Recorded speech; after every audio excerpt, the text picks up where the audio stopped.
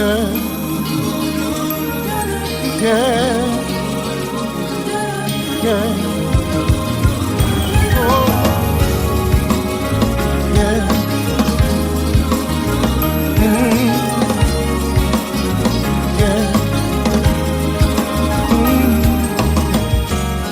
and dead, saved by love, count my blessing from above. And good evening, or good afternoon, or good morning, depending upon where you are around the world. I'm Marcus Holmes, the Love Activist, and welcome to another video cast of Love and Stuff. We come to you each Tuesday at 8:30 p.m. Eastern Standard Time. So go ahead and take a minute and click share. Tag 5 of your closest Facebook friends, YouTube connections or subscribers, Twitch TV followers, or Instagram live followers. We're live on Instagram as well tonight.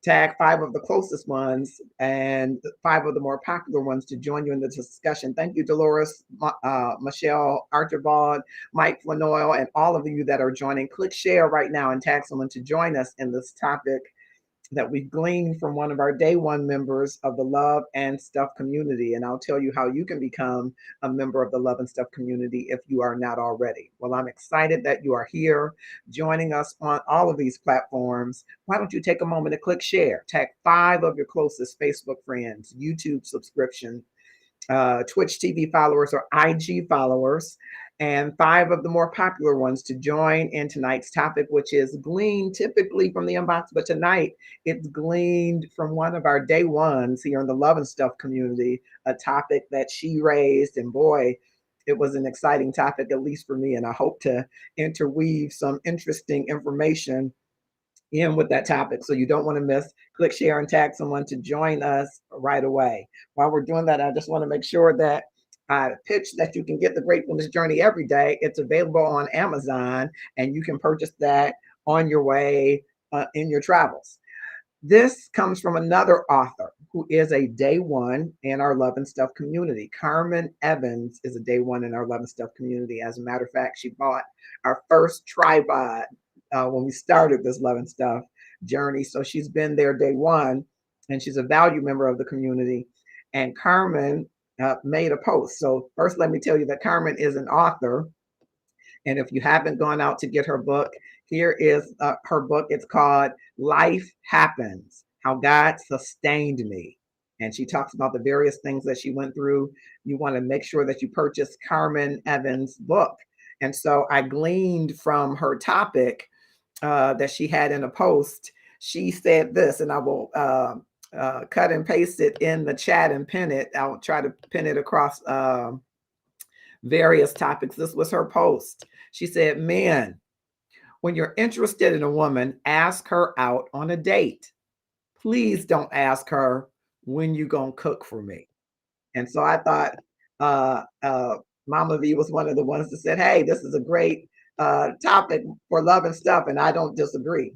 It is a great topic for Love and Stuff, and I'm going to try to pin that across all of the platforms so that you will be able to discuss this topic along with us. I think it's a very interesting topic, and I hope to add, and I hope there will be brothers that will add an interesting perspective to it. I think I have a very interesting perspective. I did post it on the Love and Stuff page, so I got to make sure I get it on the Marcus R. Holmes page as well. I'm going to post that real quick while you are clicking share. I know you're clicking share right now and tagging folks to join us in this discussion. I know we're up against some heavy hitters, Tyler Perry stuff and different things. That's okay. We're going to keep going. And I'm going to post this topic on the Marcus R. Holmes page on YouTube events. And I hope that you will click share, and then we'll pin it on all of those. Okay, I'm going to post it here. This is on the Marcus R. Holmes. Let's see if we can pin it. All right, we pinned it there. Let's see if we can pin it on Love and Stuff. We pinned the comment there. And so I want to hear from you. I want to hear from you. So I posted it, pinned it across various platforms. And if you're just joining us, welcome. We're gleaning from another post while we're live here on Emanating from the Love and Stuff community page. All of our Love and Stuff community, give us shouts out. Those that are inside of Love and Stuff, give us some shouts out. We'll tell you about how you can get into the center of Love and Stuff. The Marcus Our Homes page, of course, here on Facebook, still sharing there, on the Twitch TV, on YouTube events, and tonight on IG Live. So those of you that are on IG Live, I will not see your comments unless you put them in the comments. So you got to put your comments, of course, in the comments and press in, or I won't even know that you're here. And I want you to know how important it is to me that you are here. So thank you for being here. And again, yes, thank you, Mama B. Yay, Carmen. I want to just show it one more time. If you were just joining us, Carmen is an author as well. Life Happens, How God Sustained Me. Carmen Evans. And so I want you to join us. This is her topic tonight, and I want you to delve right in with it. She made a post. She said, man, when you're interested in a woman, ask her out on a date. Please don't ask her when you gonna cook for me. So I want to hear from the ladies, and I want to hear from the brothers. Now, I disagreed in that post. If you go to Carmen's page, I disagreed I disagreed passionately with Carmen about the invite on the first date for a cooking, right? For there to be cooking. But again, I have to preface it and be honest. I'm probably more an aggressive Aries than the average Aries. If you're into astrology, if you're not, pray for me. I am probably more aggressive as it relates to determining if there's a connection. And those of you that have been in the Love and Stuff community, you've heard me say this and you've been like, oh my God, I'm very, I will use the word aggressive about connecting or not connecting. And about that, I'm not as shy. I'm kind of a go-getter in that regard. And I think one of the things to consider, and I want to hear from the ladies, jump right in. One of the things to consider is one of the things we've talked about over and over again in the Love and Stuff community is love languages, right? We've talked about love languages, Gary Chapman's from his work about love languages. And one of the love languages is acts of service, right? When someone does something for you, your spouse, your boo, your bae, takes out the trash, makes it easy for you to come home, takes care of the kids, washes your hair, washes the dishes. Some women are like, he's sexy now, right? Some people. And some men the same way. When the house is clean and the kids are quiet and they've already had playtime, some people find that as an act of service. So what that man might be telling you, ladies, he might not just be saying, how can I get in your house? Now, that could be. I'm not discounting that. I'm not discounting that, but it doesn't have to be love, Valencia, for the first date. It's your love language. You don't put on your love language at a certain number of dates. You are operating consistently in your love language all the time. So the way you communicate is out of how you operate. You don't turn on the love language and turn it off. No, you respond to your love languages across relationships and across the breadth of relationships. So new relationships, deepened relationships, lifetime relationship, covenant relationship. Your love language is your love language is your love language. Okay. So it's not, I'm not in love. You are operating out of your love language. You are fed by your love language. And so what I'm saying is a brother might be telling you his love language is act of service. Now, you will put other things in place to say whether or not on the first date I will cook for you, which might mean I'm coming to your place and cook.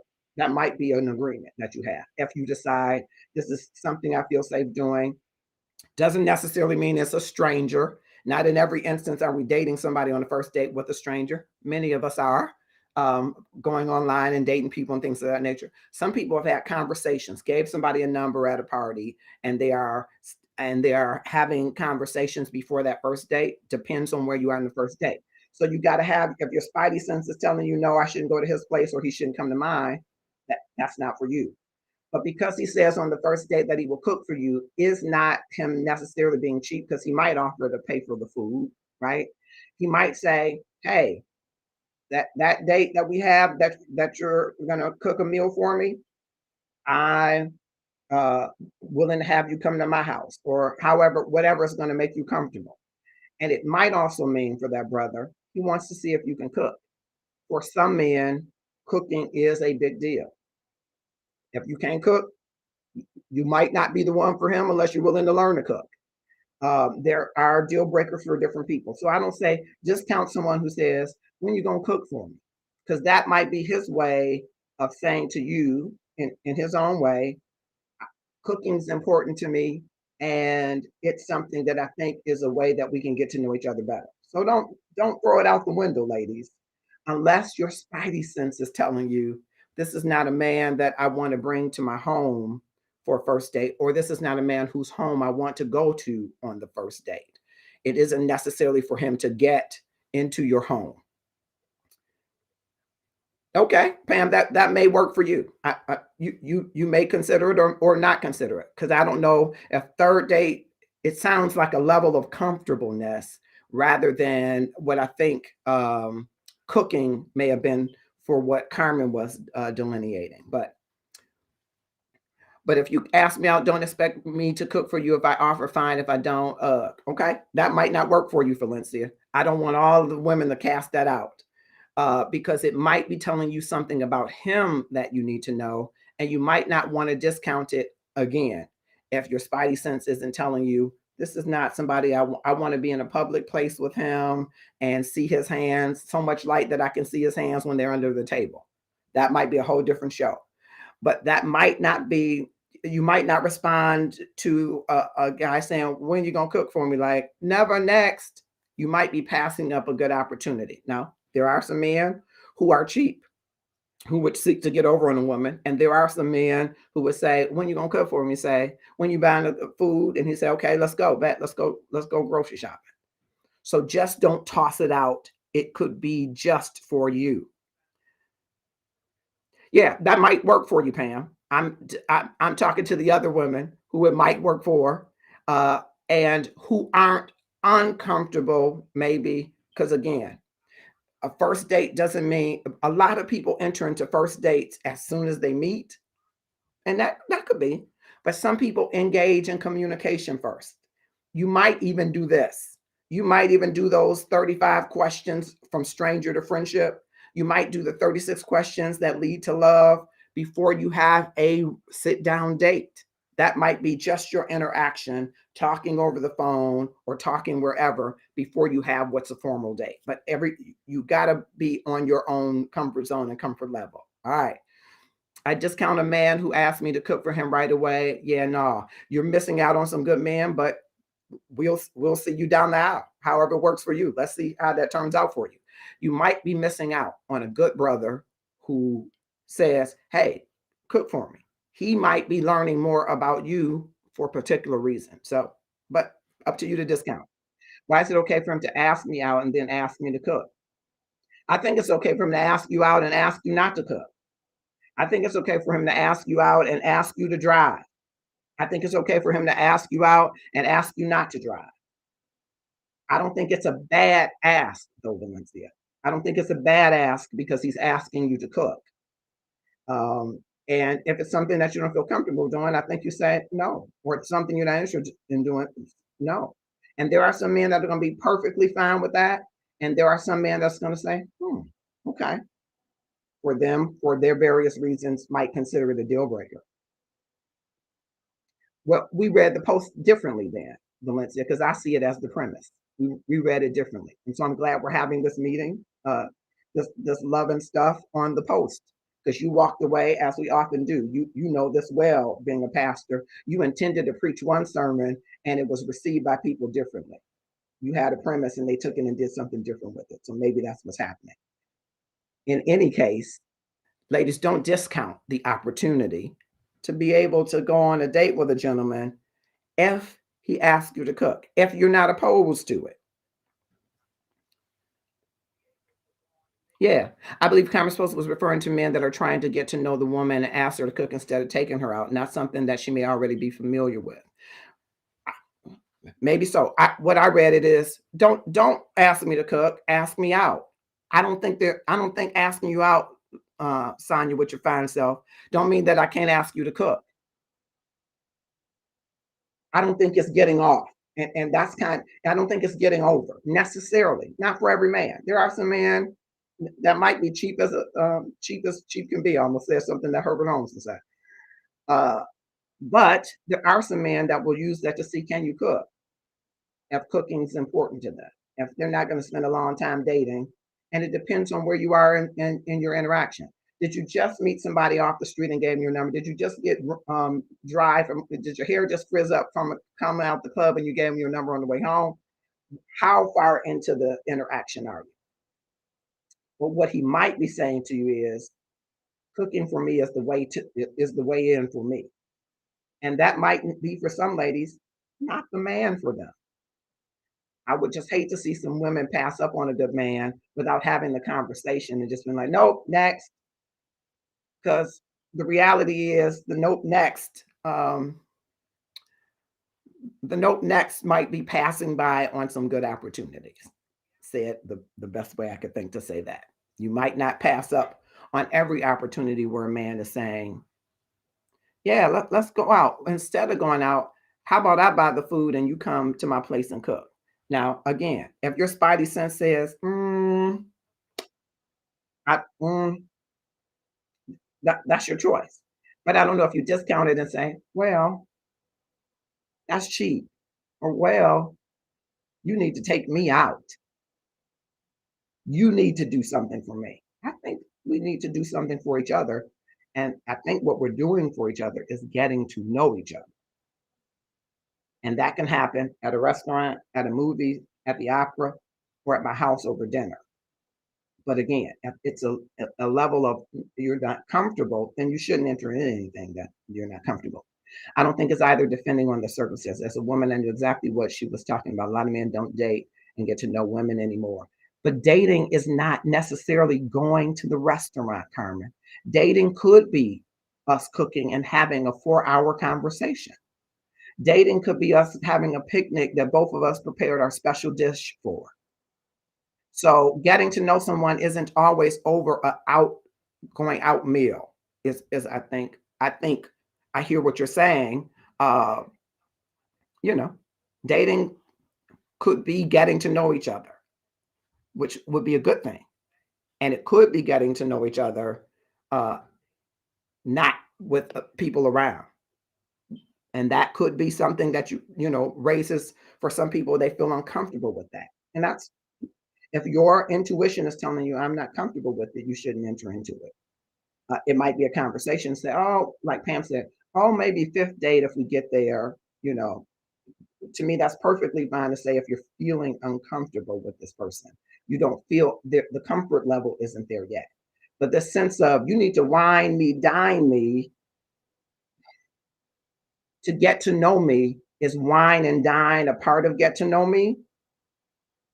Because I think sometimes we make it, and that's fine if you want to. You might be missing out on some good brothers just saying wine and dine is the first thing you need to do. It might not be the first thing you need to do to get to know somebody. Okay. I went out, Dolores said, with a dude and and had a horrible date. He lives 3 hours away. He came down here to see his daughter. I didn't know he was coming to the city. He texted me and asked me, what am I cooking? I told him Olive Garden. I have not heard from him since. I think that's a good answer, Dolores, for him. I think that might be telling him the kind of guy that's not, I, I could see some guys doing that. Yep. But I could see some guys saying, hey, meet me halfway, or hey, I'm coming to your city and I'm taking you out.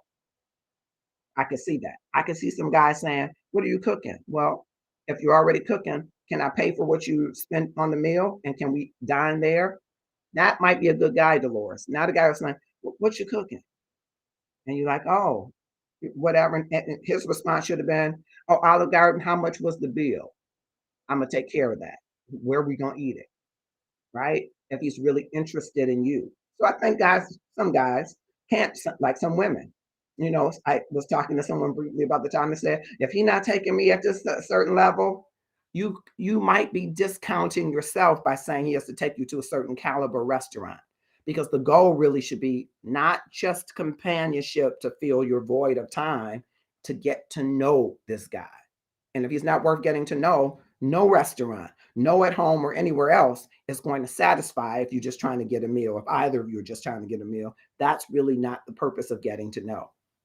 Keywords for me contest: first date, ask me out. None of these words constitute me providing the labor for the meal. If he asks and I say, why don't you buy, I cook, then fine. Yep. I think asking somebody, and that works for you. I think asking someone out does not constitute what the ask out becomes. And if it's labor, you probably shouldn't cook for anybody. You shouldn't, I wouldn't advise anybody to cook for somebody thinking it's labor. If it's labor to you, don't cook. Say, that's labor for me, and I'm not going to do that until you're my husband, or I'm not going to do that until 16th date. A date could be any way the two of you agree to it. So, but he may nope next us if we say no. I don't think he's gonna nope next you. Not if he likes you, Pam. And as fine foxy as you are, if he likes you, and disregard for this moment what Kevin Samuel says, that if you're going after 5 p.m., you got to have sex on the table. I rebuke that in the name of Jesus. I'm not a follower of Kevin Samuels, but I saw that earlier and I thought, what? Take that off the table. Sex is not on the table at any point. That doesn't have to be a part of it. But as fine as you are, Pam, you might see that a guy who's worth your time is trying to see, if we think the best of people, he might be trying to see if you can cook. If you don't feel comfortable, hey, not on the first date. I just don't feel comfortable doing that on the first date. What else can we do? And if he says, oh yeah, I'm gonna call you back, let him go, because you're fine enough that let the next go, right? Let him go. But if you decide to cook for him and woo him with that good cooking, you pull him in with that good cooking, he might be like, I don't know if you've seen the TikTok where the guy's like, I ain't ready to get in a relationship. He started eating her food and he's like, you cook this from scratch? He's like, well, I'm gonna take off my Air Jordans. I'm gonna stay here for a couple of years. So what color you want to wear in your wedding? Who you want to sing at the wedding? It's funny, but it's an opportunity for maybe you to woo that man if it's something important to him. Not every man is active service his love language. And we lead out of our love language without even really realizing it. So some man is just thinking in his way, let's see if she can cook. And he might not know how to parlay it or finesse it. Me, again, I'm on the side of this, the opposite side, as you can see, because I'm a little bit more aggressive. I'm going to say, this is what I want. And she needs to be able to cook. Point blank, period. No sense in dating me. No sense in me even considering marriage if you can't cook, you don't know Jesus, and I'm just gonna say those two. I'm gonna say those two. You can't cook and you don't know Jesus. That's a start. The other ones we got to do inside 11 stuff. You got to join to find that other stuff out. But there are things that you have to do with me, and I'm gonna need to know up front. Not every man is that way. I'm 51, I'm going 152, and the homes don't shoot blanks. So I'm going to be quickly having children if marriage is in my cards. Not sure that it is. Not sure that marriage is in my cards. But my point is, I go into a date already knowing, and maybe I won't. Who knows? Who knows? Depends on where the chemistry is, how long we've been talking. But cooking's going to come up. Children are going to come up. Jesus is going to come up. Date number one. And if you've watched Love and Stuff for any length of time, there are tons of other things that come up date number one. And I know that's aggressive for some people, and I understand that. Okay. All right, going back to the comments, but he be specific, not wine and dine, he asked. Still, he may ask you out, hey, I'd like to spend some time with you. How about a dinner at my place and I'd love for you to cook your special dish. I'll cook my special dish, or I'd love for you to cook. Can you cook? And maybe he's already talking to you about cooking. When you gonna cook for me? And that's his way of saying it. I've even heard that phrase, though it's not one I use, but I've heard it. When you gonna cook for me? And he's saying, next to never.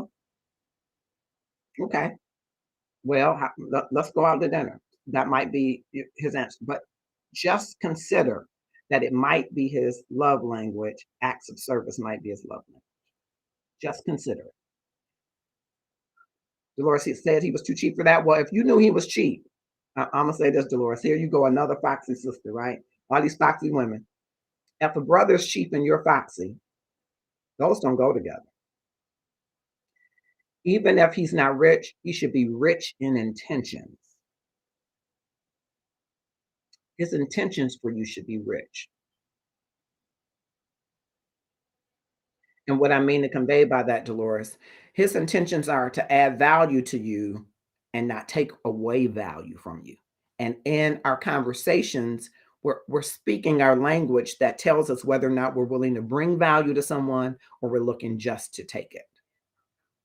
So the man that approach foxy women like you, Dolores, should be rich in intentions, even if they're not rich in their pocketbooks. I've been on many dates, Pam says, and I agree it's not always a meal, but I've been asked to cook for a first date, and my answer was no. Shame on you. No, I'm teasing. So if it's no, maybe he should ask me, what should we do? Honestly, that's a turnoff, but I guess that's okay for someone who is okay with it. I agree. Yep.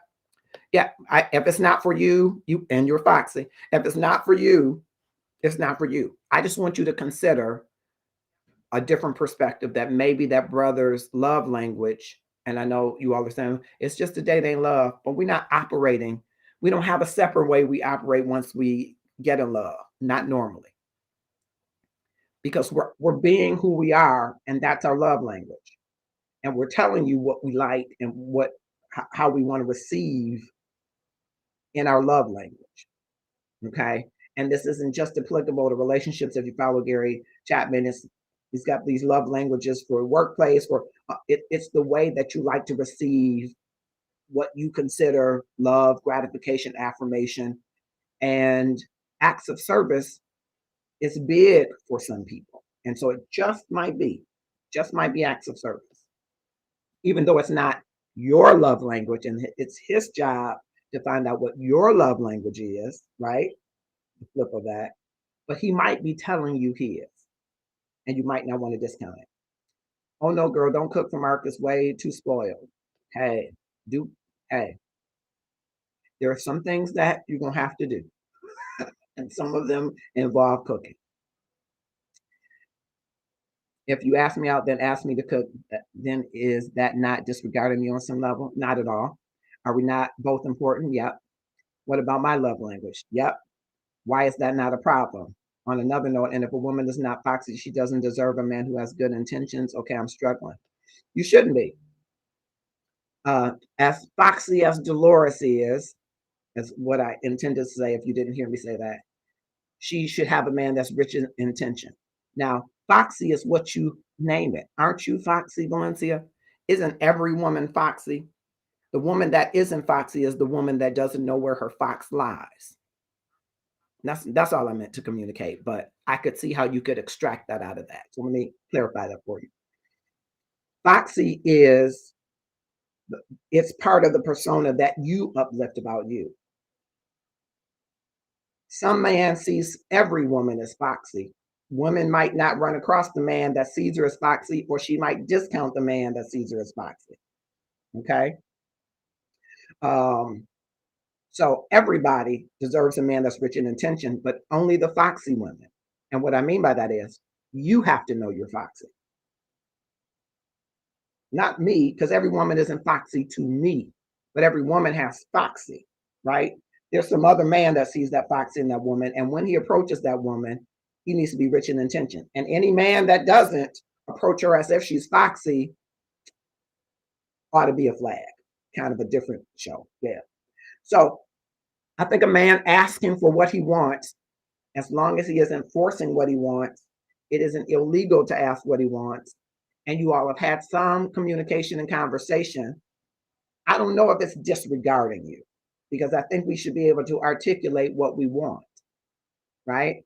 Now, I don't think I should disregard your personhood and say, I want you to shut up and put a blindfold over your eyes and paper bag over your head, and bend over the couch. That might be disregarding you. That feels kind of vulgar to even say, right? If that might be disregarding you, right? But for a man to say, I think that you're beautiful and I want to take this to a physical level, I don't know if that's disregarding you if you all have had some conversation.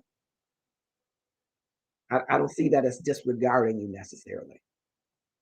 You should have some conversation. He just shouldn't say blah, blah, blah, but there should be some conversation. So I guess we presuppose here there's been some conversation where a guy is saying, I want to get to know you better. And you're like, okay, well, you ain't asked me out. Or you're just like, oh, okay. And it's like, let's go out. Matter of fact, when you going to cook something for me? Oh, no, not on the first date. I don't cook on the first date. Okay. A guy that's really interested in you is going to say, my bad. I was going to buy the food, but you could cook it at my place. And, if you don't feel comfortable coming there, whatever I need to do to make you feel comfortable, I'd love to be able to do that. But, okay, maybe not the first date, but I'm really interested in how you cook. Cooking's important to me. And I'd be looking for a spouse. I'd be looking for a wife, a girlfriend who can cook. That's important to me. And maybe you say, oh, okay, well, let's see where this goes, and maybe I will. If he's trying to get to know her, then he shouldn't be asking her to cook. But that's one of the things. That's one of the ways you can get to know somebody, Sonya. Just like she shouldn't be asking him to put up shelves or fix her car. So I think this. I think we are locked in roles. Yeah. In my opinion, those are things that come with time. Love languages can be a discussion while I'm asking her to cook. A first date can be a walk in the park or a cup of coffee too. In this day and time, too many women are settling for less. As a result, men aren't putting forth that much effort. Court, court is the problem. We have these predefined roles of what court is. Court, in your opinion, means to take out. And take out, you might be getting to know somebody, taking them out, you might not. You could be courting somebody who's cooking for you when you bring her roses, her favorite flower, her favorite fragrance, a bottle of wine when you come in the door and you say, by the way, I cashed out you for this meal. Here's what I think it costs. And if it didn't cost this, here's what I think it costs. And why'd you choose what you chose? You made me meatloaf, baby. How did you know I like meatloaf? See, all of that is getting to know.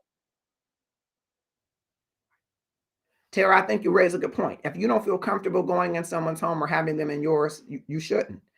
But first date isn't always a stranger who you don't know and haven't talked over a period of time. Sometimes the first date is with somebody we've been talking to for some time, right? We've been having phone conversation. And I suggest, Tara, that you ask them those 35 questions that take you from stranger to friendship, or the 36 questions that lead to love before they lead you anywhere. So it doesn't have to necessarily be that you're just meeting somebody. Your spidey sense should tell you when you first meet somebody whether or not you're going to be in public with a whole bunch of lights where you can see their hands under the table. That might be another show, but you it's your level of comfortableness. I don't discount that at all. And once you start to get to know someone, if they say, when you going to cook for me, I don't think that is their way of getting around courting you or getting out of taking you out. Because I don't think one date is, we have to eat in every day. We could eat in this week or tonight, because some people date every night. We could eat in tonight. We could go, as Sonia said, walk for a park tomorrow. We could take a short flight to Chicago and go to the opera. We could go work out together. There are all kinds of ways that we can get to know each other, but this is one way. And I'm just saying, maybe don't discount it if he says, when you gonna cook for me? It's worth the conversation. Maybe your response is like Pam, date number 5, if you make it, good luck. Let's see you run, brother. Or you might say, I don't think that we should be at each other's houses this early on, but maybe some point down the road. I don't think you necessarily, yeah, no. That's a phrase I got from Autumn. I'm sure everybody else says it, but yeah, no. Maybe you don't say yeah, no. Maybe you have more conversation around it. Maybe it's not, you're not courting me. Because courting isn't just going somewhere, taking me out. It's making me feel that my time is of value. Your time is of value. And your time spent cooking, he might want to, can I come cook with you? Can you come to my house and cook with me? Okay, what's your specialty? Can you come show me how to cook it? What do I need to buy at the grocery store?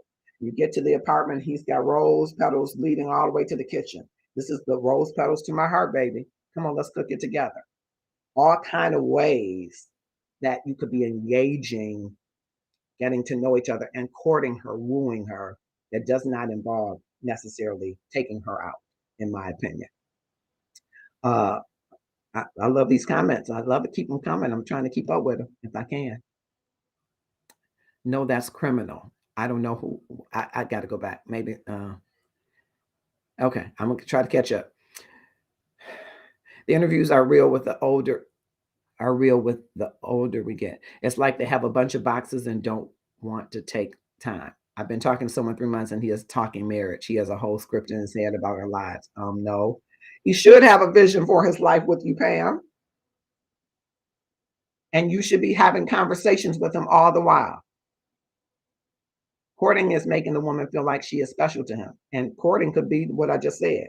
Now, that might not make you feel special, Sonia, my rose petals, going to the kitchen and you coming in to cook the most romantic dinner along with me and we eat it together. That might not make you feel special, but it might make somebody else feel special. And to Valencia's earlier point, I might tune in to your love language and say, and she likes gifts. So it might be a different gift lined up to the kitchen, each one. And I say, stop right there. Open that gift. And if you like that gift, give me a kiss on the forehead. Stop right there. You like that gift? Give me a kiss on the ear. You like that gift? Give me a kiss on the nose. I'm making those up because you be kissing my lips by the time. Here's the one in the kitchen. Let's open this bottle of wine that you told me was your favorite. There are ways to make her feel special that don't have to do with out there. It might not be enough for Sonya. That's why you got a man. But you see what I'm saying. In turn, he won't have to ask because she'll be jumping at the chance to cook for him so that he knows the feelings are mutual. Could be. Both of you have a role in making each other feel special. A lot of it has to do with your purpose for dating. It's data. Karen, high five me from wherever you are. Come on, high five me.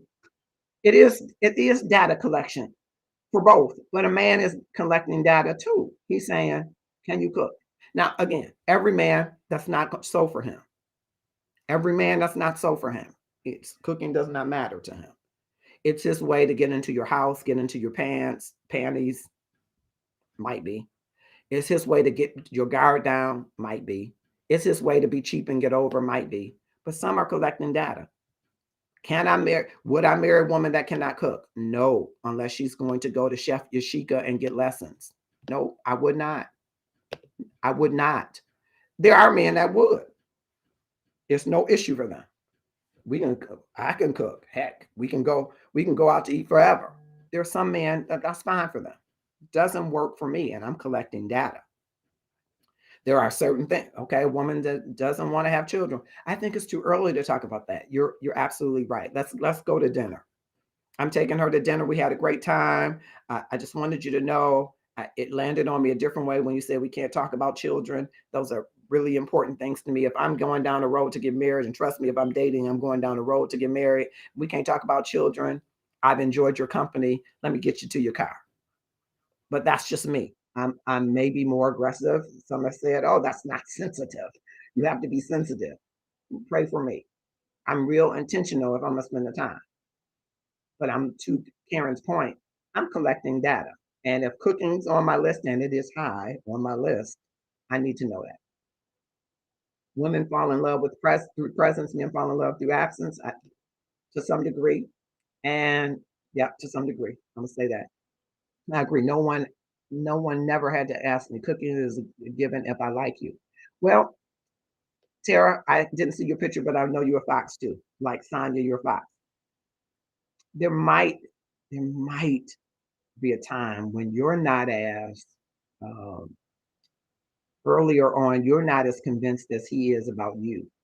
And what's his tiebreaker about you is whether or not you can cook.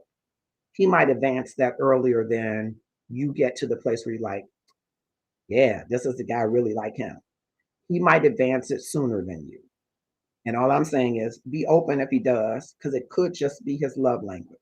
But if your spidey sense is telling you this dude is like Dolores's guy, he just trying to get a meal out of me, then that is what it is. And you can say, not answer the phone or whatever you do to, though I purposely don't believe in ghosting people. As a matter of fact, I think it's just rude. That's just me. I believe in being honest. And if I said, you know what, we've been talking for 15 minutes and I don't see this connection. I don't feel this connection, but you know what, I got a buddy who I'd like to introduce you to. That's how I am. I'm not the kind of person that would just ghost you after you ask me something. If she said, oh, well, our first date should be you going to take me to replace my engine. I mean, she could ask that. I mean, women have asked for money on first dates. And if I'm not down with it, now there are some men, to Kevin Samuel's point, expect the women to want money and expect to get something in return. But if you're not down with that, and I don't, subscribe to that, I think you owe her, just not just ghost her and drop her the car, say, I kind of felt that wasn't a good move for me. And while, there's no future for us, I'd be happy to introduce you to one of my boys who I think might be more up your alley. That's me.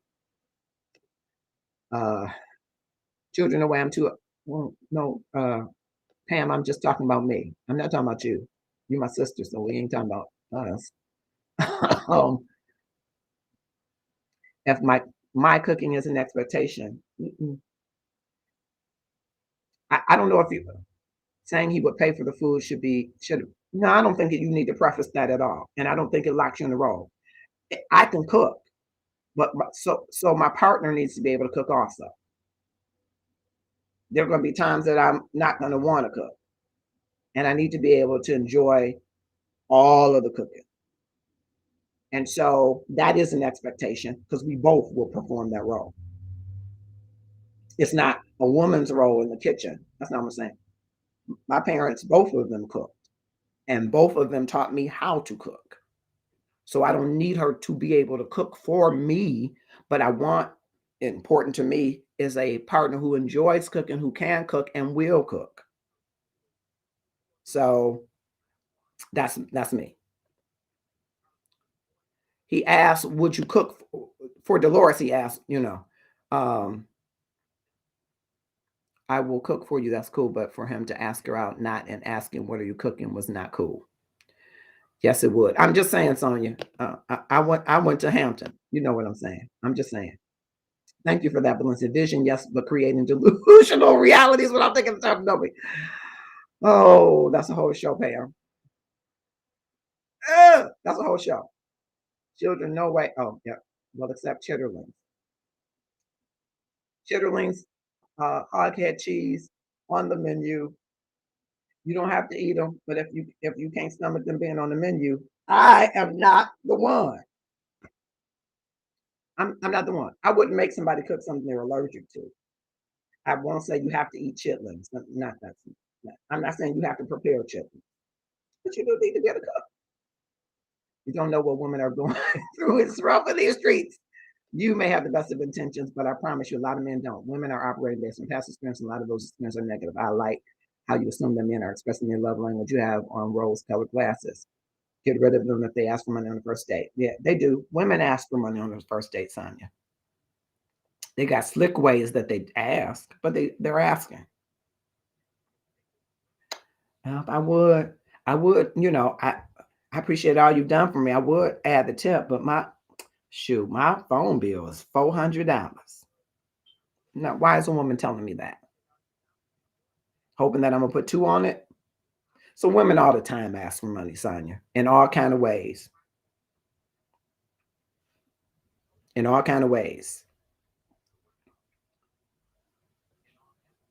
Both my parents cook too. I would like a partner with someone who can cook too. Yeah, I think so. And that's a good response to say, Let's cook together. Again, if you feel comfortable. If you don't feel comfortable, don't go. Back to Sonia's point, though, I know that there are some problems in these streets. But I think, Sonia, and this is another aspect of another show that I think we should do. We teach people how to treat us, I believe. And so there's a whole, I was just saying this to Autumn. When you enter a room and your essence fills the room, your pheromones and all of that, there are brothers that are repelled by that energy, and there are brothers that are drawn to it. And if there's any chink in the armor, there are brothers looking for it because they're looking for a way in to get out of it what they want to get out of it. And there is a sea of those brothers because it's wrong, but the environment in which we live, women have created for some the opportunity for men to treat them in a way that doesn't represent that foxiness. That word keeps coming back to me. And men know that you're foxy, but they know that you don't know that you're foxy. And so you teach them how to treat you by settling for a lot of stuff. But the man that's rich in intention is coming to you to add to you. He's not coming to take away from you. He's not coming to take your jewels. He's not coming to move into your place. He's coming to add to you. He is coming to court you. But the requirement for getting to know me courting, it has become so scarce. Women don't require it. They take what a man gives them. Okay, a little sliver of him because the sex is good. A little sliver of attention is good. And I can talk to him because his mind stimulates me. So you got the three, some may, but you never make any of the three of them step up to your foxiness. So I'm not saying you're creating a hard time for yourself. I don't discount that you're having a hard time, but women have a tough time in these streets. And maybe it's rosy on my side, but what I'm seeing through my glasses is we attract to us in some regards what we allow. And sometimes because we don't want to be patient, because there are a sea of stuff out there that we should not allow, the pickings seem so much more slim that we don't hang around until the slim pickings that you deserve come forward and present themselves. That's what I'm trying to articulate in that. Not that I don't discount that there are guys out there trying to get over on sisters. I don't discount that. I don't discount that. And there are guys who don't have good intentions when they say cook for me. I don't discount that.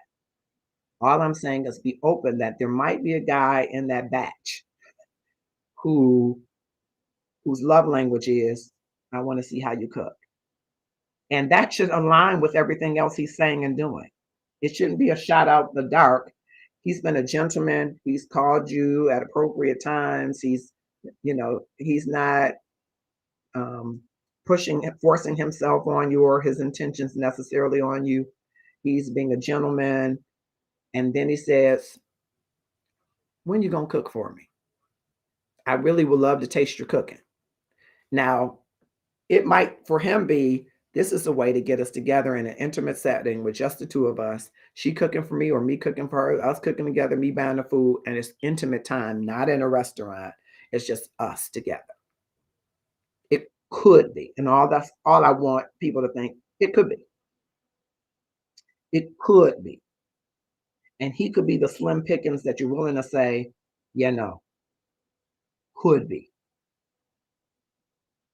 And I don't discount the tons of negative experiences that you've had to contend with in these dating streets. And if your spidey sense is telling you you've happened upon another, follow those senses. But if your spidey senses don't raise, don't necessarily get in a tizzy because he asked you to cook. See, does that align with the communication you've been having? Is it, again, where are you in this relationship? You went to the store like I advised on a Saturday and you met somebody picking up a melon and he held up the melon and you said, how do you tell if a melon is good? And y'all had a conversation. And then he says, when you gonna cook for me? No, maybe not. Because y'all haven't talked. Your spidey sense might go up and say, cook the melon here in the store? Because brother, you just met me. That might not be the ideal time, right? But you say, hey, I got these 35 questions. Call me later. Let's go back and forth on these questions. Let's get on a FaceTime and ask these questions. And you all start having dialogue. And then it comes to the time for the first date. He might ask that. I don't know that you just discounted and said, oh, here's another one. That might be his love language. And he might have been telling you all these conversations that his love language is acts of service. That's what I'm saying. I think your scenario is different than I saw it for real. The post didn't say we have talking. And then, so I saw from the vantage point of asking the first date and just asking me to cook. But Valencia, the post doesn't say that you haven't had conversation. So again, you added something and so did I. The post didn't say, please don't ask me the first time you see me. It didn't say that. It says the first date. And what I think we're accustomed to is the first date is when you first meet somebody and say, can I take you out? That doesn't have to be the first date. Your first meeting doesn't have to be the first date. There could be conversations between when you meet somebody and you decide to go on a date. So you're right. We saw it very differently. You saw it as, hey, Valencia, hi mama, when you gonna cook for me? And I saw it as me and Valencia then went through 35 questions and 36 questions. We done asked 71 questions. And I say, hey, we should get together. Why don't you cook for me? And he's like, no, not on the first date. Okay, I'll cook for you. Will you cook for me on the second date? Why can't we go out somewhere? That's where I want you to consider maybe a different path because courting can happen anywhere. That's what I'm saying. Heal before you date. Don't bleed on those that did not cut you. Karen, you got to come on the screen because she's tacky. Who's tacky? Oh, you talking about them? Listen, sometimes when you get older, not me, but I have friends. My friends, you sometimes you're dating for the moment. I don't espouse that, but sometimes when you're dating for the moment, you'll get what's happening in the moment. And a lot of some women, we don't probably have it as hard as you are, so I ain't going into that. No, not Reverend Holmes. Somebody called me Reverend Pam. I almost ran out the room. No, I'm Jesus's. I'm a teacher. I don't know what just happened. It's tough when you aren't willing to settle for foolishness. I love that, Pam. All I'm saying is everything. If you believe the best of people, and that's hard when you've had negative experiences. Trust me, I do know that part. When you believe the best of people, you investigate foolishness to see if it is what you've defined as foolishness, because the other person might not think that they're being foolish asking you to cook. And they might be well intended, but because the other 5 guys that asked was really just trying to get Foxy Mama Pam, you know what I'm saying? This guy might not be foolishness to an earlier point. Yeah. Yeah. Thank you for that, Sonia Sharice. If it's a shout out of the dark, your spidey sense should go up. Like, y'all been talking about going back to school. And he's like, when you gonna cook for? Yeah, you might just, huh? You mean like we going on a first date? Well, I think a first date is not something that a guy just parlays out. Not if he's got any Casanova to him. That's what I titled this Casanova Casserole. You're not gonna just parlay it out. When you gonna cook for me at the end of the call? Mm-mm. If you really are interested in her cooking, when you get on the phone with her, you say, hey, baby, if that's what you call her, you say, what you eat today? She's like, I just cooked me I had some leftover tuna. I made me some tuna fricassee. Man, you lying. Man, I wish I was there with that tuna fricassee. My mama used to make tuna fricassee second to none.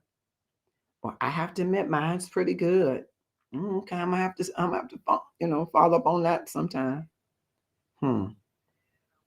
That's sometimes what I go, when we throwing a hint, you might just go, you might not bite. That's cool. Next day, y'all talking, he's like, yeah, I had me some greens today, some good greens. What you eat today, baby? I fried me some chicken. You fry chicken? Is it like Popeye's fried or chicken? What's your fried chicken like? And she's like, oh yeah, my mama's recipe, and Colonel Sanders ain't got nothing on me. I say, oh okay, cool. Third day, y'all talking, and you're like, I had a Belgian waffle. You know, I don't like them little Eggo waffles where the syrup can hardly get in there. I like me a big waffle. What you eat for breakfast, babe? I went from baby to babe, right? What you eat for breakfast, babe? And she say, I make my own batter for my waffles. I got a waffle maker. Like, wow, man, we've been talking about food. You know what? I think our first date should, I think you should cook and I should come help you, or you should come to my place. You feel comfortable doing that? See, that ain't out of left field.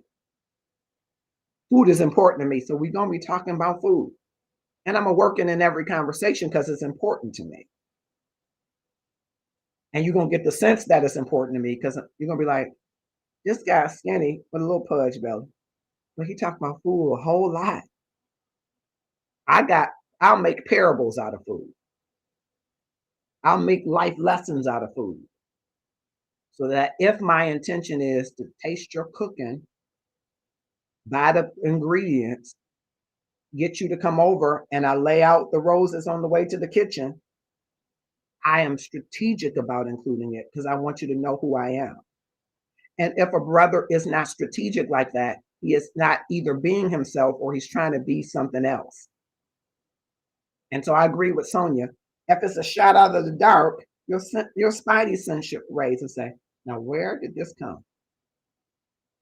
Out of the dark, where? That's a part of the wooing. That's a part of the courting. And maybe the second date is we go to the Whitney, or we go to the top of the Renaissance Center if you're in the Detroit area. Beautiful new restaurant there. Or we go wherever. We go to a picnic, not in the winter, right? Or we go to a warm place and have a picnic inside. Whatever, right? But it's not going to sneak up on you to win the game. In other words, women tend to fall for potential in reality. Create the positive data environment you desire. Choose wisely. That's good advice. Kiera Coleman Ward, I hope you heard us play your song in the beginning, and I hope you're not going to sue me for infringement. But Love Reigns, I done put it in our opening. You got to get Kiera Ward Coleman Ward's CD Love Reigns, because the snippet is in the opening, and we're so proud and pleased for your work. And so drop your link in there so people can have it. Because I'm already funny about whose people I eat. Whose people I eat. I don't know if you meant that. I wouldn't eat someone's food on the first date. I would. I ain't mad about it. And if it's horrible, I'm not gonna say it's horrible. I'm gonna say, this waffle was different. What's in your batter? And of course, if I'm going to her house and I don't see her wash her hands, I'm going up behind her ever so gently. We washing our hands together, baby. You need me to help you? Oh, we're gonna wash our hands. Hey, babe, you need me to clean off this kitchen counter? It's a little. You need me to clean off anything? I got you, baby. You cooking? What you need me to clean off? Oh yeah. And it comes and she plates it, and it doesn't look so good. I'm gonna eat around the parts that don't look so good, and she's gonna say, "Why don't you eat that?" I said, "Well, that's a little different, but taste is good. I love that you cook for me." Then later in another conversation, I'm gonna talk about presentation in a way where I've already disarmed her feelings about cooking. And if it's just horrible food, we wouldn't be, Kiara, you won't be singing at the wedding because it won't be one. Unless Yashika flies in and gives her the crash course on how to cook. Yeah.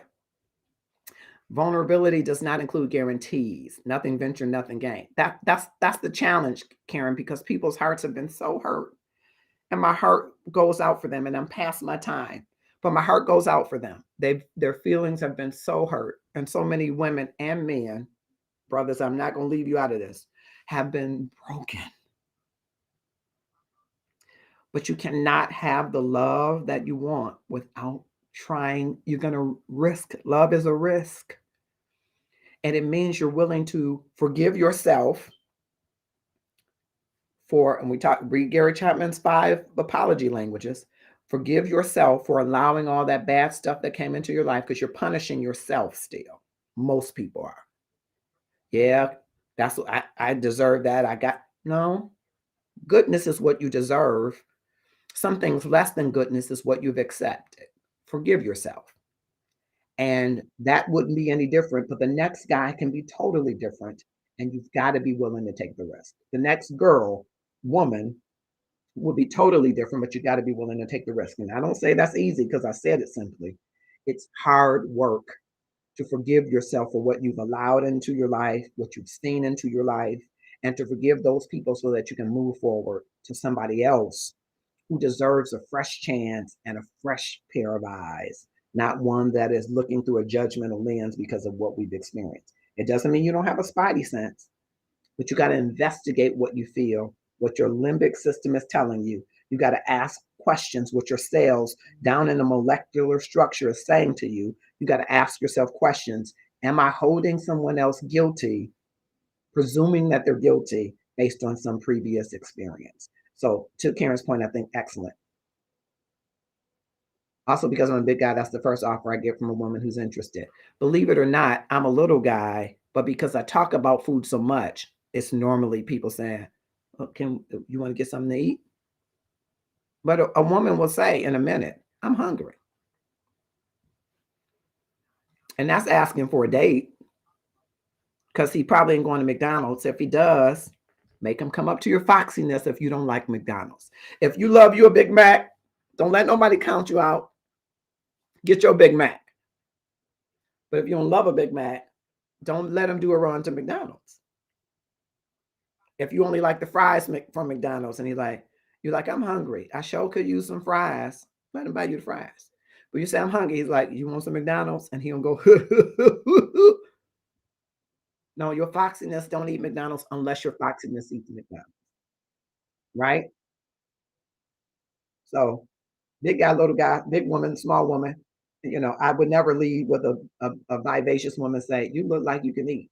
Or you want to get something to eat? I'm trying to find out your love language. It might be gifts. You might not want a single thing to eat, and you're gonna go home and eat everything in the refrigerator. But with me, you just want some chocolates and you want some perfume. It just depends, right? You fish out that love language. Thanks, Valencia. Yep, I think we did just see it differently. But I of course honor and appreciate your perspective on it because you all are the women in this. I just had to push back for the brothers. I had to take one for the team, and the women been constantly on the head on this one. But I really believe there are a few good brothers left who mean no ill intent and still want to court you, but they want to find out about that cooking. And I ain't mad at them because I'm one of them. I want to know, can you cook? Can you cook and a few other things? And we don't have to talk about that inside alone stuff. It doesn't have to be that, but it definitely won't be me cooking after 35 questions. You should, because they should include 32. Will you cook for me on the first day? Answer held to the nod. Okay, question number 33. Nope. The 35 questions, and I bet in those questions you'll work in food, and he will too. Sorry, I'm late to the game, but a real man not going to ask a woman to cook on date one. I'm a real man, as much of a pious and real man that you are, Bilal, and I will ask a woman to cook on the first date. Now what? I would absolutely ask her to cook on the first date, depending on the first date. And I'm not the typical first date. My first date is not I got your number at the club or your number in the store and we're going on a date. And I know many brothers are like that. They meet women and they're ready to marry them after meeting them for 2 minutes. That ain't me. But after I've had significant conversation, I will certainly ask her to cook. And you should go back and see how I finessed it and parlayed it. Let me make you a plate for lunch and you can pick it up. I'm with it. I'm with the Karen. Wait till a man's heart is through his belly. And you shouldn't have to wait till the third date to find out if through my belly means I'm gonna be spit up like Jonah, the belly of the large fish. I need to find out. I need to find out, do you beautiful? You got beautiful feet and a few other things. I need to know, do I need to save up for cooking lessons? You want to learn how to cook if you can. Sounds like a cat daddy. Oh my God, this is lyrical. Point taken. After a few dates and we're still talking, I'm going to want to cook for you anyway. You sound like Tara, and I bet you probably are. I'm just saying, and I could be the exception. Maybe I am. I'm gonna want you to cook. But I'm gonna be talking about cooking enough that you get the hint that I'm gonna want you to cook. That's different. I'm using the all day, every day. You're talking now. I had almost given up. Don't give up. But what I want sisters to do, and I'm uh, working on a sister circle for y'all, working on stuff, but y'all got to keep coming now, keep coming to let me know it's of interest to you. But the sister circle, I think what's important, a lot of women that I'm talking to are saying this, it's not love out there for me. It is love out there for you. And well, everybody just ain't gonna find love. I don't know if I believe that. Hopeless romantic, I don't know if I believe that either. But what I do believe is that the foxiness value, I'm making up a new thing, the foxiness value of women is not known by the women who are foxy. It's known by other women. That's why some women are scared to death of other women who are in their husband's life. They're intimidated by them because you all see each other's foxiness. You don't see your own. But you better believe a man sees your foxiness.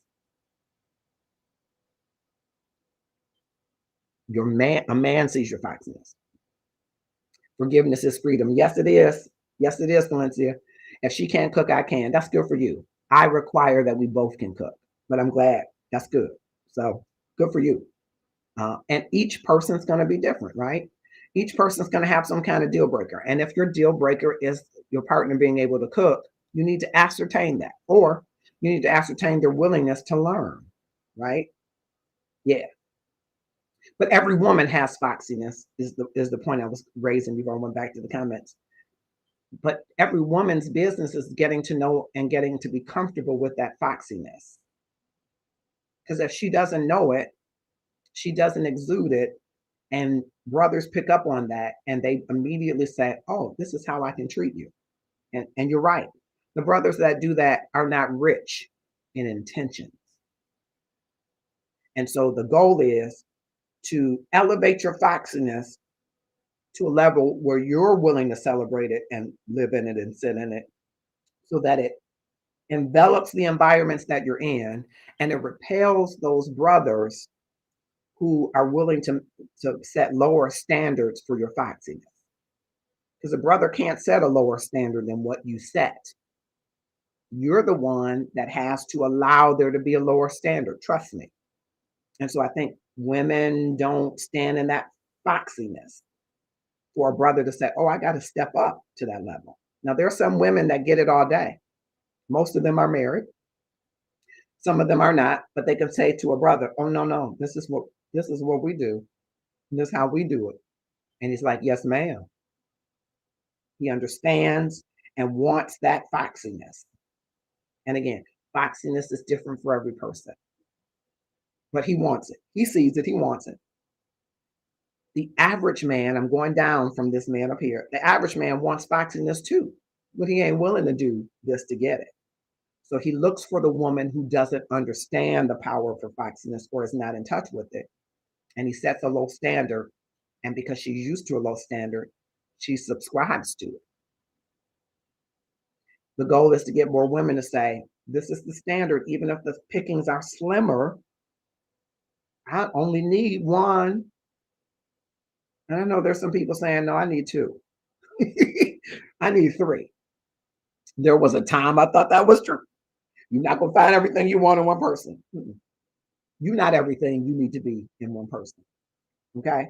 But there are some things that are at your level that you should not, your inner man is telling you, don't settle. Don't you do it. And you have to require that people come up to your level of foxiness. And that's the challenge, right? We want companionship. We want sex for those that want sex. We want to feel beautiful, as Sonia said. We want to feel special. And this guy here knows how to give you the symptoms of those. He knows on the surface to give you those, but he's not going to give it consistently with the frequency and the authenticity that you require it for happiness. So guess what?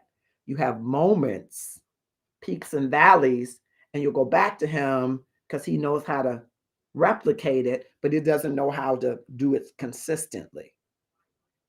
And then because we are, as it were, swimming down here, we think that this is all that there is. And all I'm just trying to elevate is up here are a few guys. Now, Bilal's up, I'm going to let him be up here. But there are a few guys up here who say cooking is good on the first date, and don't discount all of them. Some of them trying to get up there, right? And you don't have to lower your standards. If your standards are on the first date, you don't meet my children. On the first date, you don't know where I live. On the first date, I don't know where you live. That's your standard. That's your standard. You don't let down from that.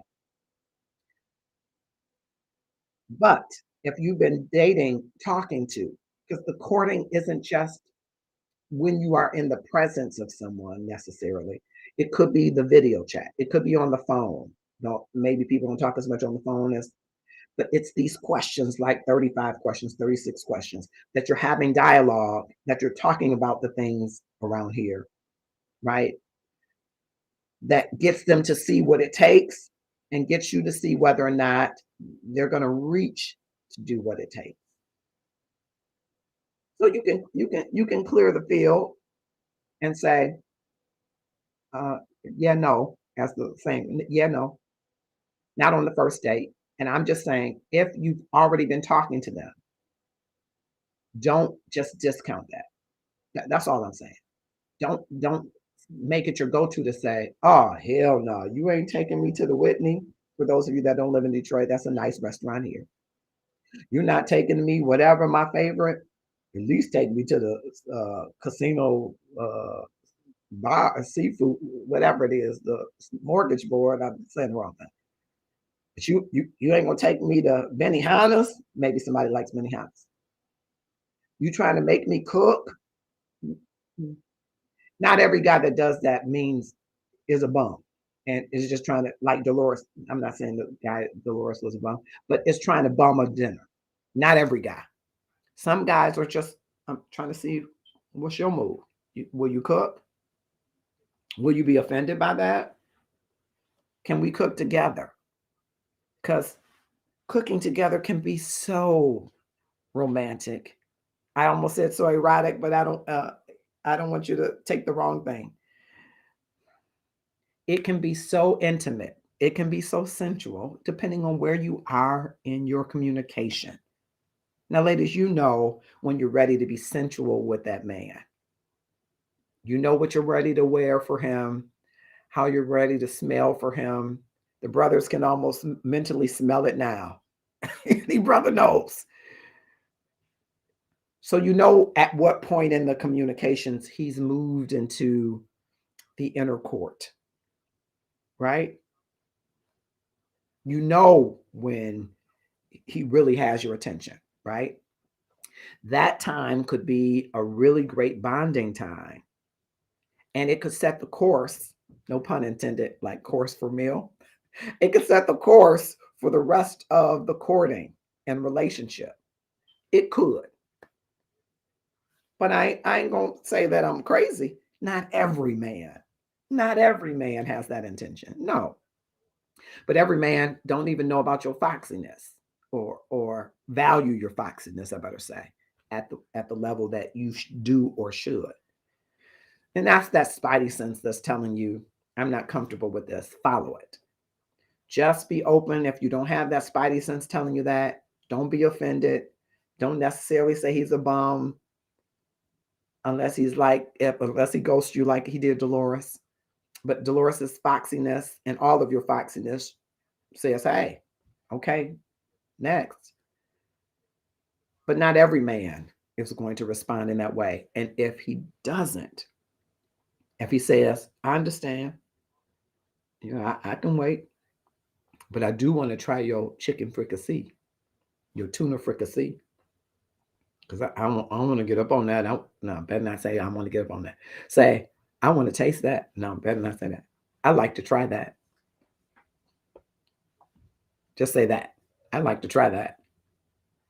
Okay, we can go out to dinner, but a man that's interested in you, he's rich in intentions. And he might have potential to be rich in pockets. Even if he doesn't, and he is able to handle his business, You want him to be rich in intentions. And as I described earlier, and we're at 9:48, you want rich in intentions to mean that he is coming into your life to add value to you. His intentions are to add to you, not to take anything from you. And if you can think the best of someone into your life and your spidey senses don't go up, go for it. Allow him to add to you. And cooking ain't necessarily taken away from you. It could be, but he could pay for the meal. So I've said that. And thank you, Carmen. I don't think Carmen has come on, but thank you for this topic. And we love to have more topics like this. I love to engage in these topics, and I, sometimes like to play the devil's advocate. I'm not the devil's advocate, but I like sometimes because I think there are alternate perspectives that we might gain from each other, men and women, right? Me and Bilal don't see this the same way. So you got his perspective, you got mine. You might get different perspectives from different women, right? Just to make you think, I never thought of that. No, I ain't sure I agree with that, Marcus, but I'm gonna put that in the back of my head, and next time I'm gonna investigate it. Because it might make your interactions more robust. That word came out like it was sent to me. It will make your interactions more robust. And if you can make your interactions more robust, it tends to build your confidence about your likability to others, or others' likability of you. You're being likable to others. Because guess what? Oftentimes we see our likability of ourselves through the eyes of others. You don't think that you're likable because people aren't approaching you like you would want them to. We see our likability through the eyes of others, their response to our stimuli, our presence, right?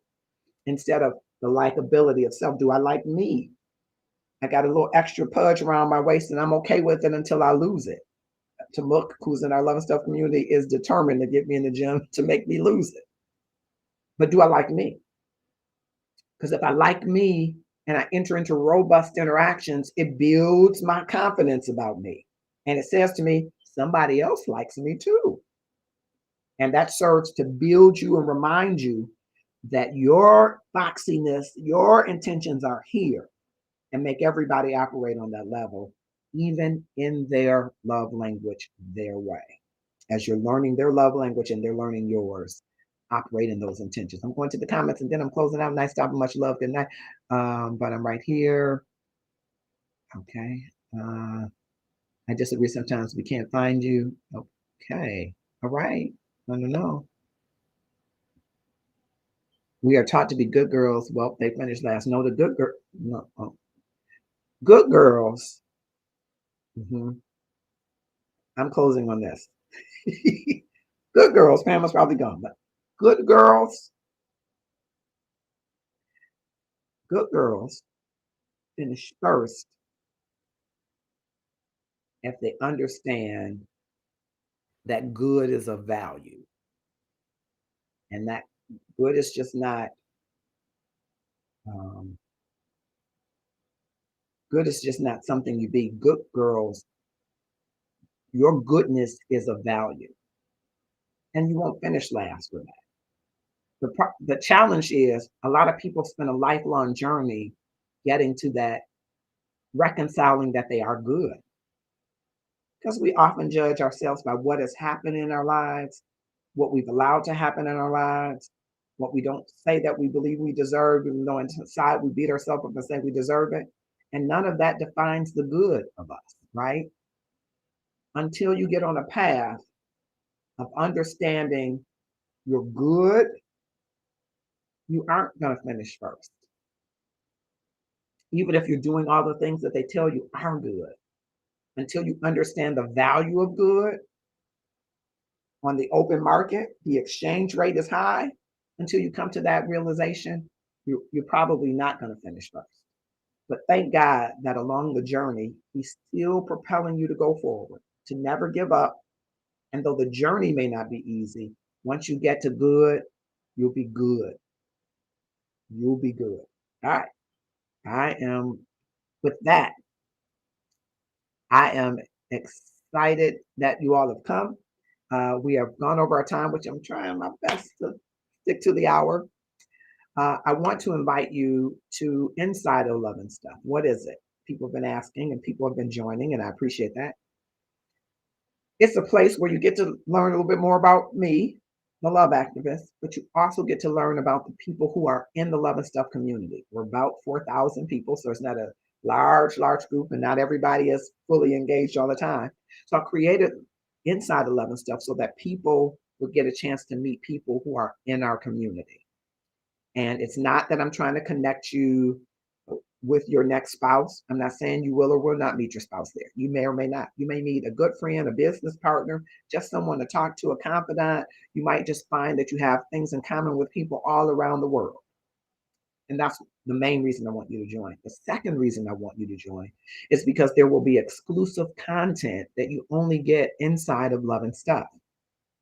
We're on a 12-month journey for self-care starting this year. And we had one meeting that we couldn't get everybody in the meeting, but we're going to try it again. We're going to be sending those of you that are inside of Love and Stuff a survey because we want to make sure we are holding our meetings on the best day of the week that works for you. And so we're going to meet once a week for just an hour. And half part of that hour, we're going to talk about the self-care journey. This month, we're talking about sleep and how to get more restful sleep and how that impacts your life, your self-care, your thoughts about yourself. And so that content will be exclusively inside of Love and Stuff. And you can also get the workbook. There's a 12-month book. Each month there's a different focus. February's focus is on eating. So if you want to care for yourself through the way that you eat, your well-being, your mental wellness, we're going to be talking about that next month. Each month has a different focus that we want you to participate in. And we think that it's going to help you on your journey. We believe here in Love and Stuff that self-care is simply love speaking to your worthiness. Okay? We say God is love and he is. We say God loves us and he does. We say that we're called to love him back and we are. And he told us after you do that, love your neighbor as yourself. So self-love is the neglected love, and we want to be intentional in this year of making sure you're loving on you, that your love is speaking to your worthiness. Don't you know you're worthy to care for the temple that God has given you? You're worthy. And so we want to spend this journey together. I'm worthy. I want to be more intentional in my self-care, getting the rest, eating right. I'm a foodie, and so there are things I shouldn't eat as much that I do eat. Exercise, the bane of my existence. Gratefulness. I've written a book about that, right? Reflection, all of these different things each month. And listen, we're going to be bringing people who are right inside of the Love and Stuff community to share their journey, because some of them are on this journey each month, different things. We got people around exercise. I mentioned too much. We got people around, some who want to just have a more toned body and some who want to lose pounds, right? Some people who want to eat more healthy. Some people who want to have better reflections throughout their day and week and to move forward. So all of those things are in the self-care journey that we are embarking upon. And I hope that you will go to the Love and Stuff community page, click on groups, and underneath the groups, there are two groups. There is Sports Talk with Kamal and Felix, which we love, and there is Inside of Love and Stuff.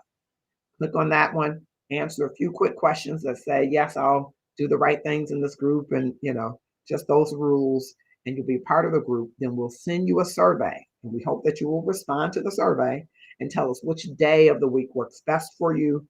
And then we will try to craft our experience around that day. It will be in a messenger room where you can see everybody's faces, because we want you to get to know other people in the Love and Stuff community. Longest I finish first in this life, that's all that matters. The only race I need to win is mine. Yep, you are absolutely right. Good is a value. Good is something not all women have or could be. Same for me. Yeah, we're going to disagree on that. I think good is something everybody can be. Will you be it? Do you recognize being good is a value? Because some people don't. Some people are living their lives aloud, trying to make it through this world, and good does not factor in anything. Their sense of good, they don't have that sense of good. Of on the market, I am of value, except if I am doing these things. The good of your value is in your very being. And most people are not connected to that. They're only connected to the doing, right? So if we can get people connected to the good value of being, and I think that those people will come to a maybe a quicker conclusion of their value. And I think that can be for anybody. I think God wills for all of us to overcome evil with good, and not only overcome it, be it. His will is for us to be of value, which is good. I think there isn't anything that he created that isn't meant to be good. It might have some trouble wrapped in it, but it's meant to be good. Carmen, you're just joining us. Well, we done your topic, and I ain't going back. I love you, but I ain't going back. Go back to the beginning and listen to it. Then we can argue later. You and I can come live, and we can do it after the show on another time, and we can argue your points. But I say, first of all, you off the date list. I'm teasing you, right? I'm teasing you, but I just had to put that out there. You off the date list, because if you can't cook for me, you off the date list. And Carmen knows I'm teasing. I would take Carmen is my buddy. There's it's platonic, but I'll take Carmen out for breakfast. Anytime we could have breakfast and talk for hours, right? But I had to put that in there because I thought it would be funny and she would get it funny. All right. So thank you, Carmen, for the topics. And any of you, keep the topics coming. This was a great topic, and I got to let it go. It's 10 o'clock. Thank you so much. Click share, tag someone to join us next week, and we'll post next week's topic. But if you got a topic like Carmen had, this was a good topic. Thank you, Mama V, for suggesting pulling this topic. This is great. Tag a brother in here and see what he will say. Allow tag some of the brothers, see what they will say. Mike Flanoy was here earlier, and anybody else that's been joining. I haven't been looking across all platforms, but thank you all, everybody that's been here. And we will see you inside 11 stuff, and we will see you next Tuesday. Click share and tag someone to join us, and have a grateful evening.